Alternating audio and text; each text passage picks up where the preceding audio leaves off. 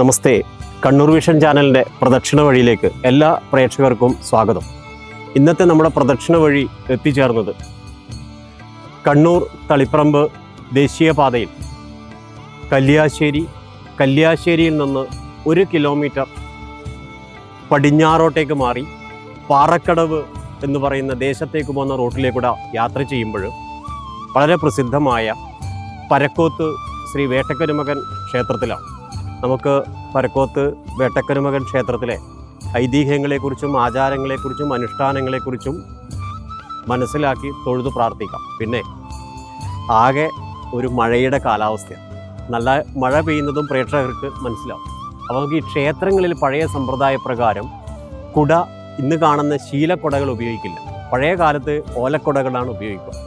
അപ്പം നമുക്കും കണ്ണൂർ വിഷൻ ചാനലിൻ്റെ പ്രദക്ഷിണ വഴിയിലൂടെ പോകുമ്പോൾ പഴയ സമ്പ്രദായത്തിലുള്ള ഓലക്കുടയാണ്. ആ ഓലക്കുടയിലൂടെ മഴ നനയാതെ വേണമല്ലോ എനിക്ക് യാത്ര ചെയ്യാൻ. അപ്പം അതുകൊണ്ട് നമുക്ക് നമഃശിവായ ജപിച്ചുകൊണ്ട് പരക്കോത്ത് വേട്ടക്കരുമകൻ ക്ഷേത്രത്തിലേക്ക് പ്രദക്ഷിണം വെക്കാം. അപ്പോഴേ ആ പ്രദക്ഷിണ വഴിയിലേക്ക് പോകുന്നതിന് മുമ്പേ നമ്മൾ സാധാരണ പറയാറുണ്ടല്ലേ, നിങ്ങളുടെ ദേശത്തെ ക്ഷേത്രങ്ങളെക്കുറിച്ചുള്ള ഐതിഹ്യത്തെക്കുറിച്ചും ആചാരങ്ങളെക്കുറിച്ചും അനുഷ്ഠാനങ്ങളെക്കുറിച്ചും ടെലികാസ്റ്റ് ചെയ്ത് കാണിക്കാൻ വേണ്ടി നിങ്ങളുടെ ദേശത്ത് വരും. ഈ താഴെ കാണുന്ന ഫോൺ നമ്പറിൽ വിളിച്ച് ഐതിഹ്യവും കാര്യങ്ങളൊക്കെ പറഞ്ഞു കൊടുത്താൽ അടുത്ത ക്ഷേത്രം ചിലപ്പോൾ നിങ്ങളതായിരിക്കും. അപ്പോൾ നമുക്ക് തൊഴുതു പ്രാർത്ഥിക്കാം അല്ലേ. നമഃശിവായ.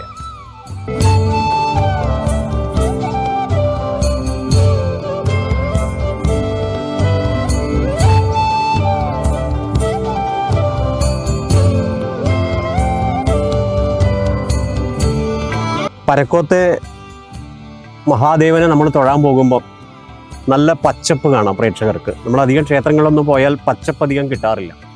അപ്പോൾ മഴയായതുകൊണ്ടാണ് നമ്മൾ കുടയും എടുത്തത്. ക്ഷേത്രത്തിലേക്ക് വരുന്ന സമയത്ത് മഴയില്ല, പിന്നെയാണ് മഴ തുടങ്ങിയത്.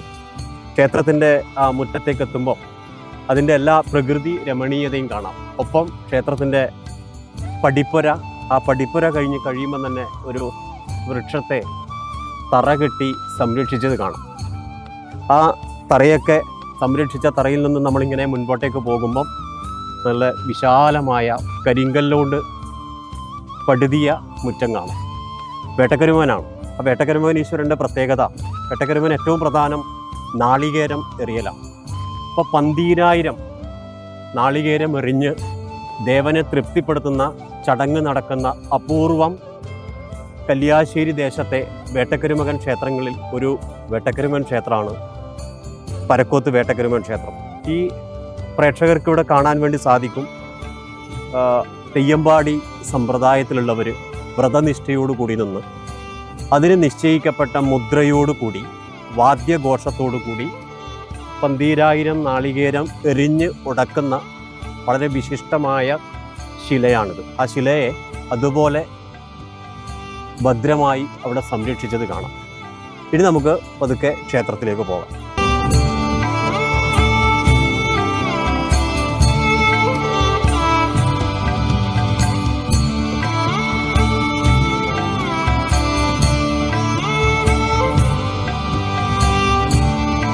പരക്കോത്ത് വേട്ടക്കരുമകനീശ്വര ക്ഷേത്രത്തിൻ്റെ ഒരു പ്രത്യേകത, തെയ്യവും ഉത്സവവും ഒരുപോലെ പ്രാധാന്യത്തിൽ നടക്കുന്ന ഒരു ക്ഷേത്രം.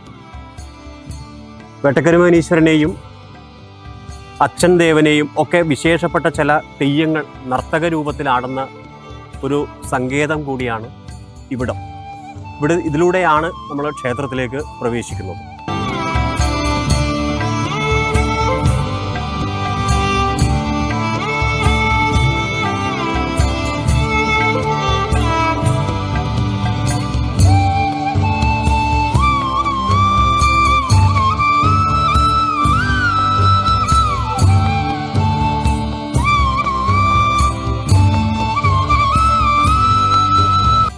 അങ്ങനെ പരക്കോത്തെ വേട്ടക്കരുമകനീശ്വര ക്ഷേത്രത്തിൻ്റെ തിരുമുറ്റത്തെത്തുമ്പോൾ കൽവിളക്ക് കാണാം.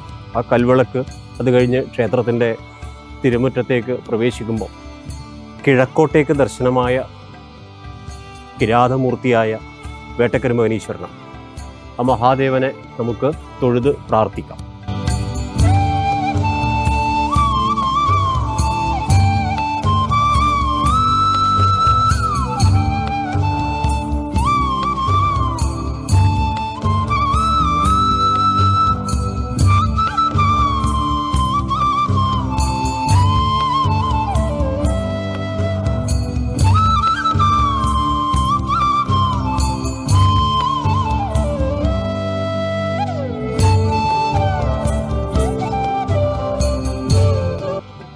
അപ്പോൾ നമുക്ക് പ്രദക്ഷിണ വഴിയിലൂടെ പോകുമ്പോൾ എല്ലാ ക്ഷേത്രങ്ങളിലും ഭണ്ണാരം കാണാം.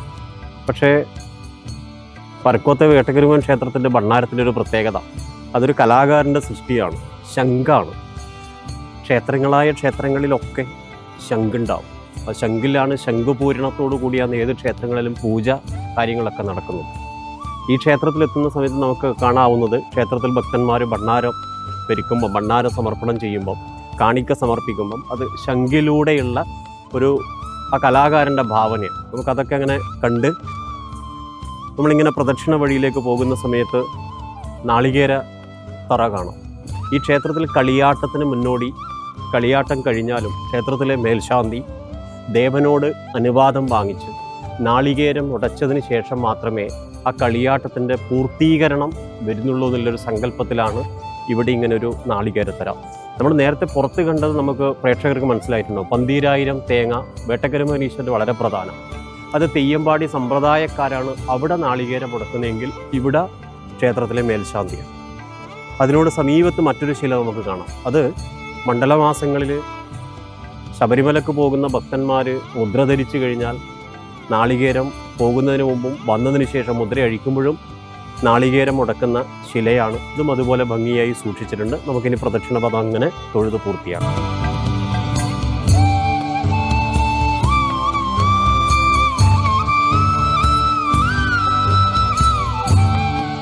ഇപ്പോൾ പരക്കോത്ത് വേട്ടക്കരുമൻ ക്ഷേത്രത്തിൽ മലബാർ ദേവസ്വം ബോർഡിൻ്റെയും അതുപോലെ തന്നെ ഊരാള കുടുംബവും പാരമ്പര്യ ട്രസ്റ്റിയും പാരമ്പര്യേതര ട്രസ്റ്റിയും ഇങ്ങനെ 3 വിഭാഗക്കാരും ചേർന്നുകൊണ്ടാണ് ഇന്ന് ക്ഷേത്രത്തിൽ ഈ കാണുന്ന ദൈനംദിനമായ കാര്യങ്ങളും നിത്യനൈമിത്തികമായ കാര്യങ്ങൾക്കൊക്കെ നേതൃത്വം നൽകി വരുന്നു.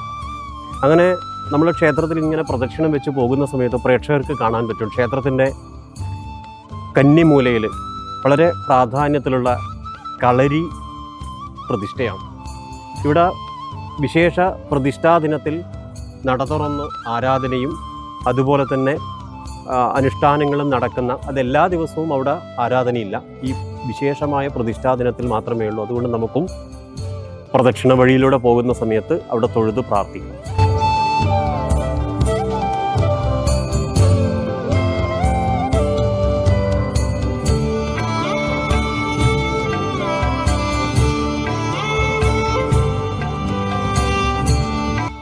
അങ്ങനെ പരക്കോത്ത് വേട്ടക്കരുമൻ ക്ഷേത്രത്തിലെ 1832 കാലഘട്ടത്തിൽ ഈ ക്ഷേത്രത്തിന് 2.5 ഏക്കറോളം ഭൂമി ഉണ്ടായി എന്നാണ് അത്ര ഇവിടുത്തെ രേഖ.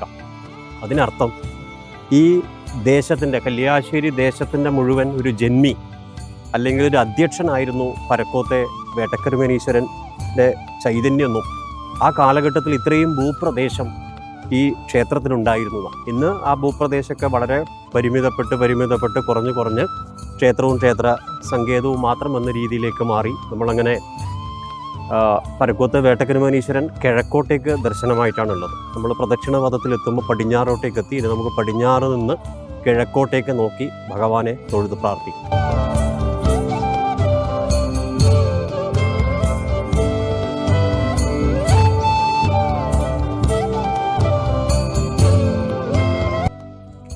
അങ്ങനെ പടിഞ്ഞാറ് പാർശ്വഭാഗത്തേക്ക് നാഗത്തിനെ പ്രതിഷ്ഠിച്ച് നാഗാരാധനയും കാര്യങ്ങളൊക്കെ നടക്കുന്ന ഒരു സങ്കേത ഭൂമി കൂടിയാണ്.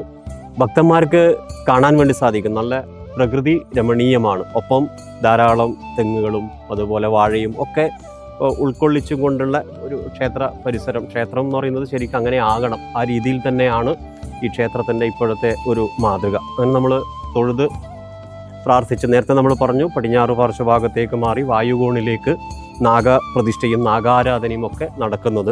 തിരിഞ്ഞ് നമ്മളിങ്ങനെ വരുന്ന സമയത്ത് അഗ്രശാല, ക്ഷേത്രത്തിൻ്റെ അഗ്രശാലയും കാര്യങ്ങളൊക്കെ നമുക്ക് കാണുവാൻ വേണ്ടി സാധിക്കും. മറ്റൊന്ന്, ഈ ക്ഷേത്രത്തിൻ്റെ ഒരു ഐതിഹ്യം പറയുന്നത്, നേരത്തെ പറഞ്ഞ പയ്യൻ തറവാട്ട് വിഭാഗക്കാർ, 2 തറവാട്ട് വിഭാഗക്കാരിലെ തറവാട്ടിലെ വളരെ മുതിർന്ന ഗുരുതുല്യനായ കാരണവർ പൈതൽ മലയിൽ എല്ലാ കാലഘട്ടത്തിലും അവിടുത്തെ വേട്ടക്കരുമനീശ്വരനെ തൊഴാൻ പോകുമത്രേ. അങ്ങനെ പ്രായാധിക്യം വന്ന് അദ്ദേഹത്തിന് തീരെ വയ്യാത്ത സമയത്ത് ഒലക്കൊടയൊക്കെ എടുത്ത് ദേവനെ തൊഴാൻ വേണ്ടി പോയി എന്നാണ്. അങ്ങനെ പൈതൽ മലയിനടുത്ത് എത്തുമ്പോൾ മലയാണ്. ആ മലയിലേക്ക് കയറാൻ സാധിച്ചില്ല. ആരോഗ്യം അനുവദിക്കാതിരുന്ന സമയത്ത് അദ്ദേഹം ആ ഭഗവാനെ നോക്കിയിട്ട് പ്രാർത്ഥിച്ചു അത്രേ, മഹാദേവ, എൻ്റെ ആരോഗ്യം കാരണം ഇനി എനിക്ക് വരാൻ സാധിക്കില്ല, ഭഗവാൻ ചൈതന്യം എൻ്റെ കൂടെ വരണമെന്ന് പ്രാർത്ഥിച്ചു എന്നാണ്. അങ്ങനെ ആ ഓലക്കുട അവിടെ നിന്ന് എടുത്ത് വരുന്ന സമയത്ത് തന്നെ അദ്ദേഹത്തിന് ആ ഓലക്കുടയിൽ എന്തോ ഒരു ഭാരം തോന്നിയെന്നാണ്. അങ്ങനെ ഓലക്കുടയും എടുത്ത് വരുന്ന സമയത്ത് യാത്ര ചെയ്ത് പൈതൽ മലയിൽ നിന്ന് യാത്ര ചെയ്ത് കല്യാശ്ശേരിയിൽ ഇന്ന് കാണുന്ന ഈ ക്ഷേത്ര പരിസരത്തെത്തിയെന്നാണ്. ഇവിടെ എത്തിയ സമയത്ത് ഓലക്കുട ഒരു സ്ഥലത്ത് വെച്ചു എന്നാണ്. അത് കഴിഞ്ഞ് അദ്ദേഹം ഭവനത്തിലേക്ക് പോയി. പിന്നീട് വരുന്ന സമയത്ത് ഓലക്കുടയിൽ ഭാരം തോന്നിയെന്നാണ്. അങ്ങനെ ഭാരം തോന്നിയ സമയത്ത് ജ്യോതിഷ വിധിപ്രകാരം ജ്യോതിഷ ചിന്ത ചെയ്ത സമയത്ത് ചൈതന്യം ഓലക്കുടയിലുണ്ട് എന്ന് പറയുകയും അങ്ങനെ ആ ഓലക്കുടയിലുള്ള ചൈതന്യത്തെ പ്രതിഷ്ഠിക്കണം എന്നാണ്. അങ്ങനെ ജ്യോതിഷ ചിന്തയിൽ പറഞ്ഞത് 4 പരദേശികൾ വന്ന് ഇവിടെ വന്ന് പ്രതിഷ്ഠിക്കുന്ന, അങ്ങനെ പരദേശികൾ ഈശ്വര നിയോഗം പോലെ 4 പരദേശികൾ വരികയും വരുന്ന സമയത്ത് ബലിബിംബവും കൊണ്ടാണ് വരുക എന്നാണ് പറഞ്ഞത്. അങ്ങനെ ബലിബിംബം കൊണ്ട് വന്നു എന്നും അങ്ങനെ ആ പരദേശികളാൽ ഇത് പ്രതിഷ്ഠിക്കപ്പെട്ടു എന്നും ആ പരദേശികൾ ഓത്തു ചൊല്ലിയും വേദം ചൊല്ലിയും ഒക്കെ പ്രതിഷ്ഠിച്ചത് കൊണ്ടാണത്രേ ഈ പ്രദേശത്തിന്, ഈ ക്ഷേത്രത്തിനെ പറയുമ്പോൾ മാത്രമാണ് പരക്കോത്ത് എന്ന് പറയുന്നത്. ആ പരദേശത്ത് നിന്ന് വന്ന ബ്രാഹ്മണൻ ഓത്തും വേദവും ചൊല്ലിയത് ലോപിച്ച് പരക്കോത്തായി എന്നാണത്രേ ഇവിടുത്തെ ഐതിഹ്യത്തിൽ പറയുന്നത്. ഏതായാലും നമുക്ക് ആ ഐതിഹ്യമൊക്കെ ഉൾക്കൊണ്ടുകൊണ്ട് നമുക്ക് തൊഴുത് പ്രാർത്ഥിച്ച് പ്രദക്ഷിണപദം പൂർത്തിയാക്കാം.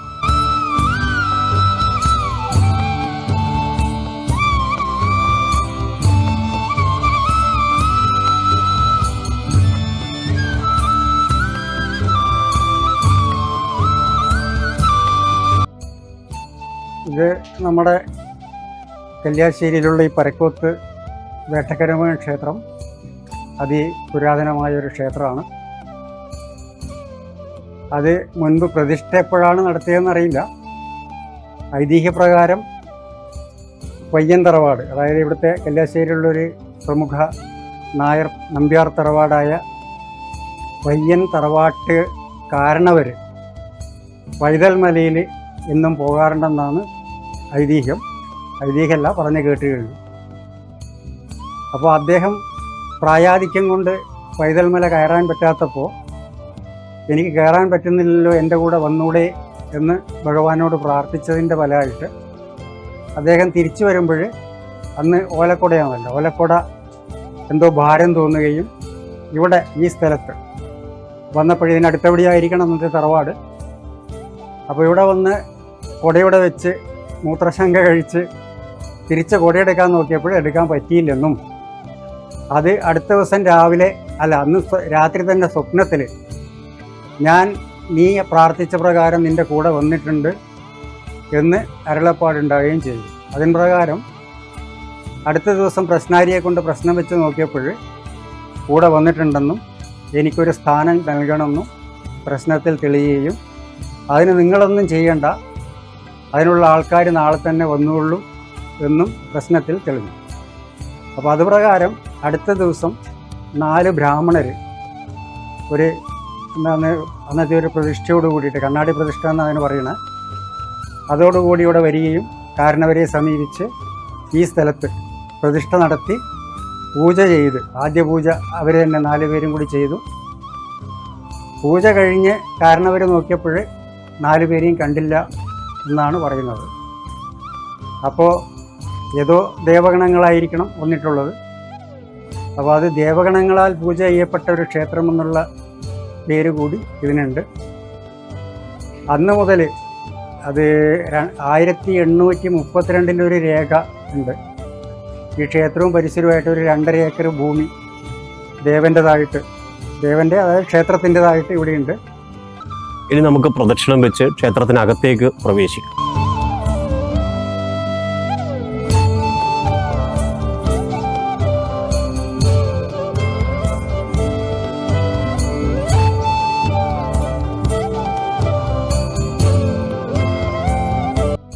അങ്ങനെ പരക്കോത്തെ വേട്ടക്കരമകനീശ്വര ചൈതന്യം, ആ ചൈതന്യത്തെക്കുറിച്ച് നമ്മൾ നേരത്തെ പറഞ്ഞു. പൈതൽമല എന്ന് പറയുന്ന സ്ഥലത്തു നിന്ന് ഈ തറവാട്ടിലെ മുതിർന്ന കാരണവർ വളരെ ഭക്തി ശ്രദ്ധാപുരസരം ദേവനെ വിളിച്ചപ്പോൾ വലക്കുടയിൽ ദേവചൈതന്യം വന്നു എന്നാണെന്നും പുതുശ്ശേരി സമ്പ്രദായമാണത്രേ ഈ ക്ഷേത്രത്തിലെ താന്ത്രിക പാരമ്പര്യം. ഒപ്പം തുലാവ മാസത്തിൽ അതുപോലെ തന്നെ മേടമാസത്തിലും 2 ഘട്ടത്തിലായി കളിയാട്ടം നടക്കുന്ന അപൂർവം ക്ഷേത്രങ്ങളിൽ ഒരു ക്ഷേത്രം കൂടിയാണ് പരക്കോത്തെ ശ്രീ വേട്ടക്കരമേനീശ്വര ക്ഷേത്രം. ഒപ്പം തിടമ്പ നൃത്തം, അതും ആനപ്പുറത്ത് ഉത്സവത്തോടു കൂടിയുള്ള തിടമ്പ നൃത്തം നടക്കുന്ന ഒരു ക്ഷേത്രം. ക്ഷേത്രത്തിനകത്തേക്ക് കയറുമ്പോൾ തന്നെ ഒരു ഭക്തി അന്തരീക്ഷമാണ്. നമുക്ക് ആ സോപാന പടികൾ കാണാം. ആ സോപാന പടിയും ഒപ്പം അഴിക്കൂടോട് കൂടിയ അപൂർവം ശ്രീകോവിലുകളേ ഉള്ളൂ. അത്തരമൊരു ശ്രീകോവിൽ കൂടിയാണ് പരക്കോത്തെ വേട്ടക്കരമേനീശ്വരൻ. നേരത്തെ നമ്മൾ പറഞ്ഞു കിഴക്കോട്ടേക്ക് ദർശനമായുള്ള വേട്ടക്കരമേനീശ്വരനാണെന്നും പൈതൽ മലയിൽ നിന്ന് ഈ തറവാട്ടിലെ മുതിർന്ന കാരണവരുടെ കൂടെ ചൈതന്യം വന്നു, അങ്ങനെ പരദേശികളായ 4 ബ്രാഹ്മണർ വന്നു, അവർ ഓത്തും വേദവും ചൊല്ലിയത് കൊണ്ടാണ് ഇതിനെ പരക്കോത്ത് എന്ന് പേര് വന്നത് എന്നൊക്കെ നമ്മൾ നേരത്തെ ഐതിഹ്യത്തിൽ പറഞ്ഞു. അതുപോലെ തന്നെ വളരെ പ്രാധാന്യത്തോടു കൂടി തുലാവ മാസത്തിലും മേടമാസത്തിലും 2 കളിയാട്ടം നടത്തുന്നു. ഒപ്പം ഏപ്രിൽ മാസത്തിലെ ഉത്സവം. ഇതൊക്കെ വളരെ ഭംഗിയായി നടത്തപ്പെടുന്ന ഒരു ക്ഷേത്രം. ഈ ദേശക്കാരെ സംബന്ധിച്ചും നേരത്തെ പറഞ്ഞ തറവാട്ടുകാരെ സംബന്ധിച്ചും വിളിച്ചാൽ വിളിപ്പുറത്താണത്രേ ഈ ദേവൻ. ഇവിടെ വന്ന് തൊഴുതു പ്രാർത്ഥിച്ചു പോകുന്നവരെ സംബന്ധിച്ച് ദാമ്പത്യ സൗഖ്യം, സന്താന സൗഖ്യം, വിദ്യാഗുണം ഒക്കെ സിദ്ധിച്ചവരാണ് ഈ ക്ഷേത്രത്തിൽ വരുന്നവർക്കൊക്കെ. നമുക്ക് പ്രദക്ഷിണപദം പൂർത്തീകരിക്കാം.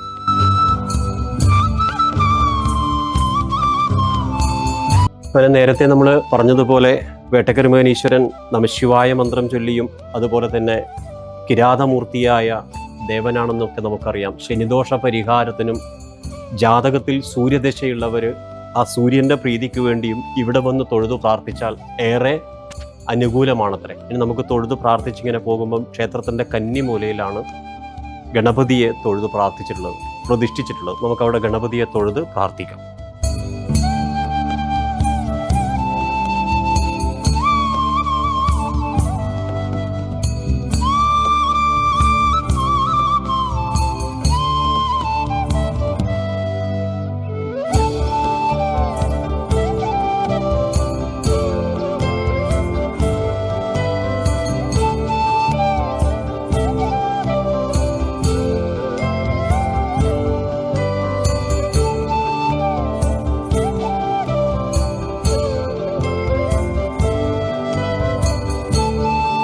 പരക്കോത്തെ വേട്ടക്കരമേനീശ്വര ക്ഷേത്രത്തിൻ്റെ താഴികക്കുടം നമുക്ക് കാണാൻ സാധിക്കും. അതുപോലെ തന്നെ ശ്രീകോവിലിന് ചെമ്പ് അടിച്ച ശ്രീകോവിലാണ്. ഇതൊക്കെ ഈ സമീപ കാലഘട്ടത്തിൽ നടന്ന നവീകരണത്തോടു കൂടിയാണ് ഇത്തരം അനുഷ്ഠാനങ്ങളും കാര്യങ്ങളൊക്കെ ഭൗതികമായ കാര്യങ്ങളൊക്കെ ഇവിടെ ചെയ്തിട്ടുള്ളതെന്നും നമുക്ക് മനസ്സിലാക്കുവാൻ വേണ്ടി സാധിക്കും. ഇനി നമുക്ക് പ്രദക്ഷിണപദം പൂർത്തിയാക്കാം.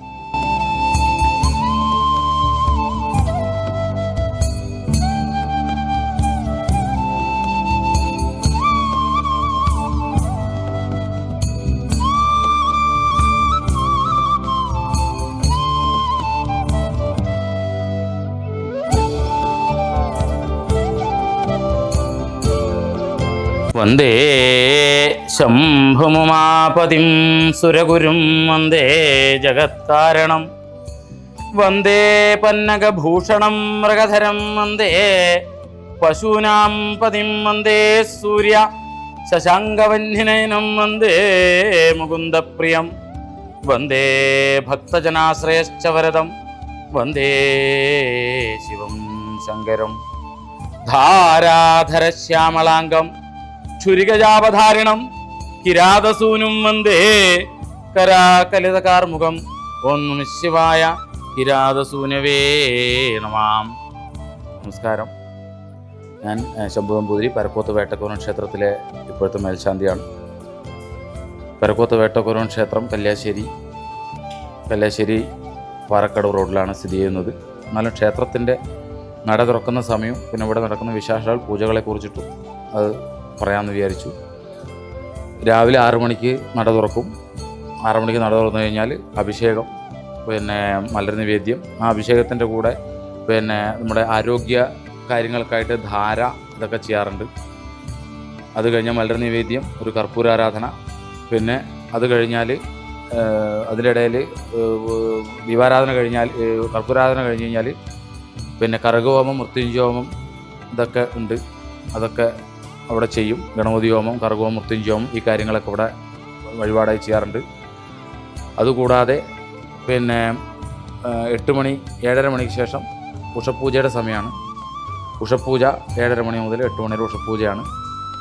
അത് കഴിഞ്ഞ് 9:15 വരെയാണ് ക്ഷേത്രം നട തുറന്നിരിക്കുന്ന സമയം. ഇവിടെ വിശേഷാൽ രാവിലെ 9:15 വരെ, വൈകുന്നേരം 5:30 മുതൽ 7 മണി വരെയാണ്. വിശേഷാൽ പൂജകളിൽ ഇവിടെ വിശേഷാൽ വഴിപാടുകളിൽ സാധാരണ എല്ലാ സ്ഥലത്തുള്ള പോലെ പുഷ്പാഞ്ജലി, നെയ്വിളക്ക്, നെയ്യമൃത് വിശേഷപ്പെട്ടതാണ് ശിവന്, ഭഗവാന്. പിന്നെ സ്വയംവര പുഷ്പാഞ്ജലി ഇവിടെ ചെയ്യാറുണ്ട്. പാർവതിയുടെ ഒരു സാന്നിധ്യം എല്ലാ ശിവക്ഷേത്രങ്ങളിലും, ശിവചൈതന്യമുള്ള സ്ഥലത്ത് പാർവതിയുടെ ചൈതന്യം ഉണ്ടാവും. അപ്പോൾ അവിടെ സ്വയംവര പുഷ്പാഞ്ജലി ചെയ്യും. ഉമാമഹേശ്വര പുഷ്പാഞ്ജലികൾ, ഉമാമഹേശ്വര പൂജകൾ, ശൈവമായിട്ടുള്ള എല്ലാ പൂജകൾക്കും നമുക്കിവിടെ ചെയ്യാൻ പറ്റുന്നതാണ്. പിന്നെ ഭാഗ്യസൂക്ത പുഷ്പാഞ്ജലി, പിന്നെ മെയിനായിട്ട് ഇവിടെ ആൾക്കാർ ആരോഗ്യകാര്യത്തിനായിട്ട് ധാര ചെയ്യിക്കാറുണ്ട്. അഭിഷേകത്തിൻ്റെ കൂടെ ശംഖാഭിഷേകം, ധാര കാര്യങ്ങളൊക്കെ ചെയ്യിക്കാറുണ്ട്.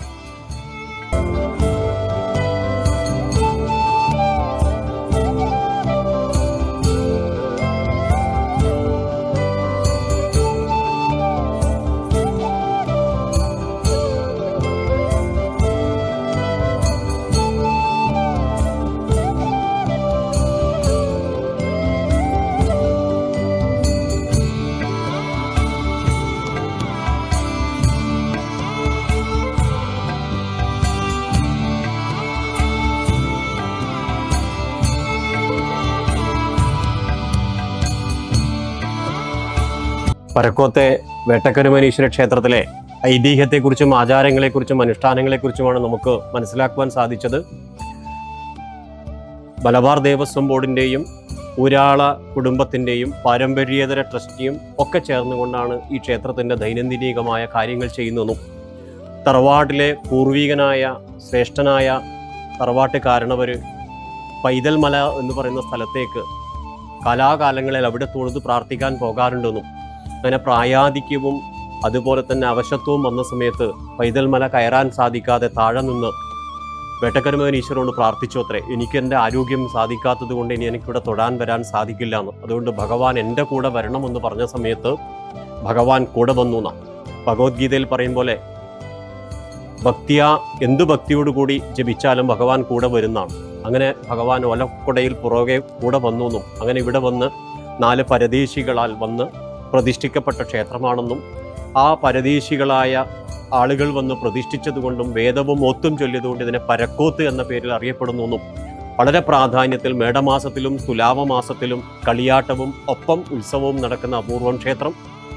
അതുപോലെ തന്നെ മണ്ഡലമാസം നവരാത്രി പോലുള്ള ആചാരങ്ങളും അനുഷ്ഠാനങ്ങളും നടക്കുന്ന ക്ഷേത്രം. ധനുമാസത്തിലെ ആയില്യത്തിന് നാഗത്തിന് പ്രതിഷ്ഠാസങ്കല്പം ചെയ്യുന്ന സ്ഥാനം, കളരി ആരാധന നടക്കുന്ന ക്ഷേത്രം. ഇങ്ങനെ അനവധി ഐതിഹ്യങ്ങളും അനുഷ്ഠാനങ്ങളും ഉൾക്കൊണ്ടതാണ് പരക്കോത്തെ വേട്ടക്കരുമനീശ്വര ക്ഷേത്ര സന്നിധി എന്ന് നമുക്ക് ഇവിടുത്തെ ആചാരത്തിൽ നിന്നും അനുഷ്ഠാനങ്ങളിൽ നിന്നും മനസ്സിലാക്കുവാൻ വേണ്ടി സാധിച്ചു. നമ്മുടെ ക്ഷേത്ര ഐതിഹ്യവും ആരാധനയും അനുഷ്ഠാനവും ഇവിടെ തീരുന്നില്ല.